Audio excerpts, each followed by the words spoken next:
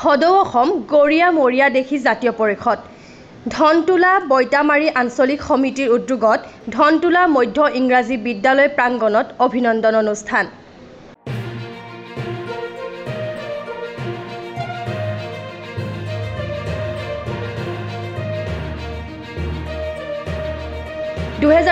বৰ্ষত হাইস্কুল শিক্ষান্ত আৰু উচ্চতৰ মাধ্যমিক চূড়ান্ত পৰীক্ষাত শিক্ষাৰ্থীৰে উত্তীৰ্ণ 25 জন কৃতি ছাত্ৰ-ছাত্ৰীক গছপুলি সম্বৰ্ধনা পত্ৰ আদিৰে অভিনন্দন জ্ঞাপন কৰে সদৌ অসম গৰীয়া মৰীয়া দেখি জাতীয় পৰিষদ ধনতোলা বৈতামাৰী আঞ্চলিক সমিতিয়ে।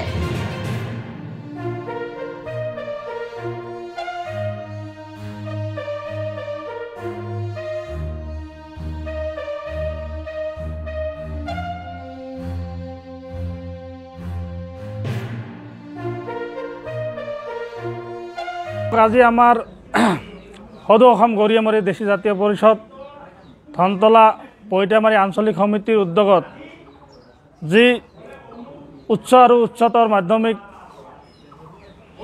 চূড়ান্ত পৰীক্ষাত উত্তীৰ্ণ হোৱা অত্ৰ অঞ্চলৰ ছাত্ৰ ছাত্ৰীসকলক আমি অভিনন্দন জ্ঞাপন কৰাৰ কাৰণে আজি আমাৰ এখন সম্বৰ্ধনা অনুষ্ঠান আৰম্ভ কৰিছোঁ। সেই সম্বৰ্ধনা অনুষ্ঠানৰ জৰিয়তে অত্ৰ অঞ্চলৰ যিসকল কৃতি ছাত্ৰ ছাত্ৰীসকলে আমাৰ মাজত আহি উপস্থিত হৈছেহি। ইবেলি যি 2024 উচ্চতৰ মাধ্যমিক আৰু প্ৰৱেশিকা পৰীক্ষাত যি ধৰণে কৃতি ছাত্ৰ ছাত্ৰীসকলক সম্বৰ্ধনাৰ এটা অনুষ্ঠান আয়োজন কৰা হৈছে, অনুষ্ঠানটো যথেষ্ট সাফল্য হৈছে।